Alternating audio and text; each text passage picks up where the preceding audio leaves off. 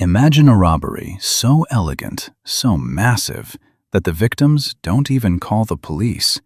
In fact, most of them thank the robber. It is Sunday evening, prime time. You are sitting on your velvet couch, waiting for your favorite show to start. Suddenly, the screen flickers. The program is interrupted. A man appears. He looks calm, almost boring. He looks like a man who is here to protect you, to protect your wallet. But in the next 18 minutes, this man is not delivering a speech. He is committing the greatest heist in human history. He looks into the camera and tells you he is temporarily suspending the convertibility of the dollar into gold. He uses big words, bureaucratic words. He tells you it's to stop international speculators. He lied. Before that speech ended, the world you knew was gone. Let's look at the crime scene. In 1971, a young family could buy a standard American home for about $24,000. That's roughly $185,000 in today's money. It took one salary. It took 3 years of income. Today, that same pile of bricks and wood costs over $500,000. It requires 2 salaries. It takes nearly a decade of labor just to pay the interest. Did the house become 20 times better? Did the wood turn into marble? Did the bricks turn into gold? No, the house didn't change. Your money did. Your money is dying, and it was murdered on live television. This isn't a story about economics. Economics is boring. This is a crime story. It is the story of a secret tax designed to slowly, methodically bleed your savings dry. A mechanism built to transfer wealth from the hands of the workers into the pockets of the elite. And the scariest part? The heist isn't over. It is accelerating. Welcome to the facade, the illusion of safety. We are raised on a very specific lie, a beautiful lie. It goes like this. Go to school, get a job, save your money in the bank, and you will be safe. We look at a bank vault and we see strength. We see thick steel doors. We see security guards. We think that if we put a $100 bill inside that vault today, it will still be worth $100 in 20 years. But that is the trap. The facade relies on you not understanding simple math. It relies on you thinking that inflation is just like the weather. Sometimes it rains, sometimes prices go up. A natural phenomenon, something nobody can control. That is false. Inflation is not the weather. Inflation is a policy. It is a choice made in a closed room by people you never voted for. Look around you. We have more technology than ever. We have more productivity than ever. By all logic, life should be getting cheaper. Computers, robots, AI, they make things faster and easier to produce. Everything should cost pennies. We should be working 3 days a week, but we aren't. We are running on a hamster wheel that is spinning faster and faster. You run twice as fast just to stay in the same place. Why? Because someone is stealing your energy. For thousands of years, money was real. It was gold. It was silver. It was something you couldn't just invent. If a king wanted to fight a war, he had to tax his peasants. He had to take their gold physically. The peasants would get angry. They would revolt. But what if you could take the peasants' wealth without touching their pockets? What if you could steal their labor without them ever knowing a crime had been committed? That is exactly what happened in 1971. They replaced the gold with a promise. They replaced the vault with a printer. And on that quiet Sunday evening, while Americans were waiting for Bonanza to return to the screen, the trap snapped shut. But to understand how they rob you, we first have to open the hood of the engine. We have to look at the mechanism itself. And I warn you, once you see it, you will never look at a dollar bill the same way again. To understand the robbery, you must first understand the weapon. The weapon was not a gun. It was not a computer virus. The weapon was a printer. For most of American history, a dollar bill was not actually money. It was a claim check. It was a receipt. If you looked at a dollar from the 1950s, it had a promise written right on the front. It said it was redeemable in lawful money. That meant gold. The system was simple. The United States government had a massive pile of gold bars in Fort Knox. Every paper dollar in circulation was just a representative of that gold. The price was fixed. $35 bought you 1 ounce of gold. That is about $270 in today's value. This system had a very specific purpose. It acted as a pair of handcuffs on politicians. If the president wanted to fight a war, he had to pay for it with gold. If Congress wanted to launch a massive social program to buy votes, they had to pay for it with gold. They could not just invent wealth. They had to tax you to get it. And when taxes go up, people get angry. They vote you out. The gold standard kept the government honest. It forced them to live within their means. It kept the value of your labor constant. But politicians hate handcuffs. They hate being told no. By the late 1960s, the American government was spending money like a drunken sailor. They were fighting a war in Vietnam and building a great society at home. They were spending billions they did not have. They were printing more claim checks than there was gold in the vault. They were writing bad checks, and the world knew it. So, in 1971, they didn't just break the rules. They changed the definition of the game. When Nixon closed the gold window, he turned the dollar from a claim check into fiat money. Fiat is a Latin word. It means, let it be done. It means, because I said so. Suddenly, a dollar was valuable only because the government said it was. It was backed by nothing but faith, and this gave the government a superpower. They could now print as much money as they wanted. No gold required. No taxes required, just ink and paper. But here is the secret mechanism. Here is the hidden gear that grinds your savings into dust. When the government prints $1 trillion, they do not create value. They do not create more houses, more cars, or more food. They only create more paper. Imagine the economy is a swimming pool. The water represents all the value, all the goods and services in the country.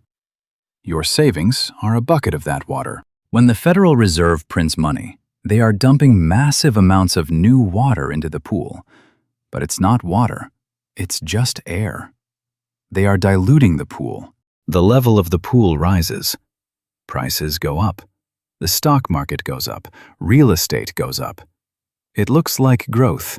It looks like wealth. But it is an illusion. The water is not deeper. It is just watered down. Your bucket still has the same amount of liquid in it, but the liquid is weak. It has no punch. You have to work twice as hard to get the same feeling. You have to pay twice as much to buy the same house. This is not an accident. This is the design. It is called the Cantillon effect. The new money does not reach everyone at the same time. The government gets the new money first. They spend it on defense contractors, banks, and corporations while it still has full value. By the time that money trickles down to you, in your wages, in your salary, years have passed. The prices at the grocery store have already skyrocketed. You are the last to know. You are the sucker at the poker table. They steal the value of your money before you even get a chance to spend it. They feast on the wine and hand you the empty bottle. And then they blame the greedy corporations for raising prices. But the corporations are just reacting to the flood. The real source of the flood is the printing press. And in 1971, they removed the only valve that could shut it off. But crimes do not commit themselves. Men commit them. And to understand why the gold window was closed, we have to look at the men holding the hammer. By the late 1960s, the United States was living a lie. The president, Lyndon B. Johnson, wanted to build a great society with massive welfare programs.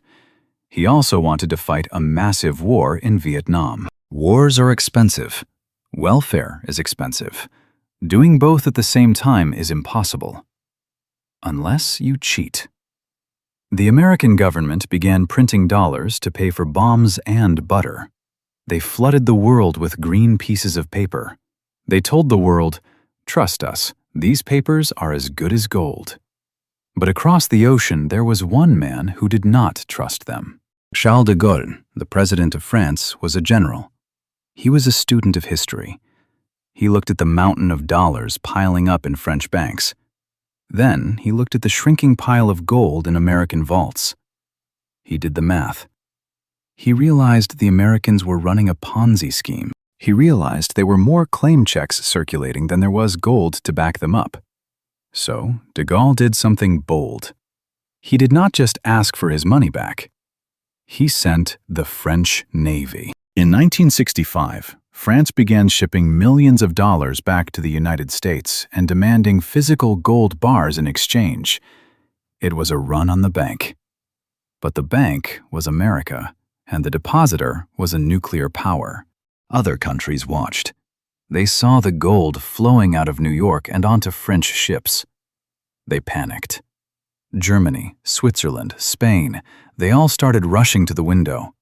They all wanted to trade their paper for metal before the vault ran dry. The gold was bleeding out of America like blood from an open wound. The United States lost thousands of tons of gold. The reserves plummeted. Enter Richard Nixon. When Nixon took office, he inherited this nightmare. He was facing a catastrophe. If he kept exchanging gold for dollars, Fort Knox would be empty in months. The United States would be bankrupt. The superpower would be humiliated. But Nixon was a politician, and politicians have only one goal: to stay in power. He had an election coming up in 1972. He could not admit that the country was broke. He could not raise taxes to pay off the debts. That would cost him votes. He could not cut spending on the war. That would look weak. He was cornered. The wolves were at the door, and the vault was empty. So he did what desperate men always do. He decided to flip the table. On that fateful weekend in August, Nixon gathered his advisors at Camp David. It was a secret meeting. The phones were cut. The curtains were drawn. They argued for hours, but the conclusion was inevitable. They decided to default. They decided to tell the world that the promise on the dollar bill was null and void. They called it suspending convertibility. But let's call it what it really was. It was a default. It was the United States government telling the world, "We have your gold. We are keeping it. And you are stuck with the paper." It was the ultimate rug pull. And when the sun rose on Monday morning, the entire global financial system, the system that had kept the world stable since World War II, was dead. When Nixon turned off the cameras that Sunday night, the world woke up to chaos. The global markets panicked. The stock exchanges in Europe closed down. No one knew what a dollar was worth anymore. For decades, a dollar meant 1/35 of an ounce of gold. Now, it was just a piece of green paper with a dead president on it. By all laws of economics, the dollar should have died right there. If you go to a casino and the owner tells you the chips are no longer cashable, what do? You throw them away. You leave. The world wanted to leave the dollar. Inflation skyrocketed. The price of oil quadrupled. The American empire was teetering on the edge of collapse. They had removed the gold anchor, and the ship was drifting toward the rocks. Nixon needed a new anchor, and he needed it fast. If he couldn't back the dollar with something valuable inside America's vaults, he would back it with something valuable outside of them. He needed a commodity that every single person on Earth was addicted to. He found the answer in the desert. He replaced yellow gold with black gold. In 1974, the United States sent Treasury Secretary William Simon to Saudi Arabia. The mission was secret. The stakes were life or death for the American economy. Simon made the House of Saud an offer they could not refuse. It was a simple protection racket. The deal was this. The United States would provide Saudi Arabia with total military protection. We would sell them unlimited weapons. We would guarantee their rule against all enemies. In exchange, the Saudis had to do just one thing. They had to price their oil exclusively in US dollars. If Germany wanted oil, they couldn't pay in marks. If Japan wanted oil, they couldn't pay in yen. They had to go out, buy US dollars, and then pay the Saudis. The petrodollar was born. It was a stroke of evil genius. Nixon and his team managed to force the entire world to use American money, even though it was backed by nothing. Think about the brilliance of this trap. Every country needs energy to survive. Therefore, every country needs dollars. This created a permanent artificial demand for American paper. The United States could now print as much money as it wanted to buy cars from Japan or electronics from China. Those countries would take the dollars, but they couldn't just sit on them. They had to use them to buy oil. Or they invested them back into American government debt. It was the perfect cycle. America prints paper, the world gives America real goods and resources. And the inflation? The inflation doesn't stay in America. It gets exported to the rest of the world. They turned the dollar from a currency into a weapon. They forced the planet to subsidize the American standard of living. And for 50 years, the system worked. The printer roared. The debt piled up. But the oil kept flowing. But nothing lasts forever. The specific conditions that allowed this heist to work are starting to crumble, and when the anchor breaks this time, there is nothing left to replace it. So, who won and who lost? When the smoke cleared from Nixon's decision, the American economy looked the same on the surface, but underneath, the foundation had rotted away. Before 1971, if you worked harder, you got richer. It was a simple contract. Productivity and wages grew together, side by side. They were married. But in 1971, that marriage ended in a brutal divorce. Since that year, American workers have become dramatically more productive. We have computers. We have the internet. We work faster and smarter than ever before. But our wages? They flatlined. The line on the graph split. Productivity went to the moon. Wages stayed on the ground. Where did the difference go? Where is the money that you earned but never received? It went to the top. It was siphoned off by the people closest to the money printer. This was the birth of the financialization of America. Before the gold standard died, banks were boring. They were utilities like the electric company. They made up only 4% of the economy. Today, the financial sector is a monster that eats nearly a quarter of the corporate profits. They don't build cars, they don't bake bread. They simply move money around and take a cut. They are the casino dealers, and the house always wins. Look at the numbers. In 1970, the average CEO earned about 25 times more than the average worker. It was a gap, but it was bridgeable. The CEO and the janitor lived on the same planet. Today, that gap is 300 to 1. The CEO earns in a single morning what the worker earns in an entire year. This is not because CEOs became 300 times smarter. It is because the new money enters the system at the top. It inflates stock prices, it inflates bonuses, and it leaves you with the bill. The death of sound money forced everyone to become a gambler. Before 1971, you could put your money under a mattress and sleep soundly. Today, if you do that, you are losing money every second. You are being eaten alive by inflation. So grandmothers are forced to trade stocks. Teachers are forced to speculate on real estate. Everyone is pushed into the casino just to preserve what they have. We stopped being a nation of savers and became a nation of debtors. And the debt is the final shackle. When your money loses value, you have to borrow to maintain your standard of living. You borrow for the house. You borrow for the car. You borrow for college. You become a serf in your own country. You own nothing. The bank owns it all. And you spend your life working to pay off a debt that was mathematically designed to be unpayable. This is the legacy of 1971. It turned the American dream into a race you cannot win, because the finish line is moving away from you faster than you can run. But the race is almost over. The system built in 1971 has a fatal flaw. It requires exponential growth of debt just to stay alive. It is like a shark. If it stops swimming, it dies. If the government stops printing, the economy collapses. But if they keep printing, the dollar collapses. We saw the beginning of the end in 2020. In just 1 year, the United States printed nearly 20% of all the dollars that had ever existed in history. Trillions appeared out of thin air. And now, in 2025, the bill has come due. The secret tax is not so secret anymore.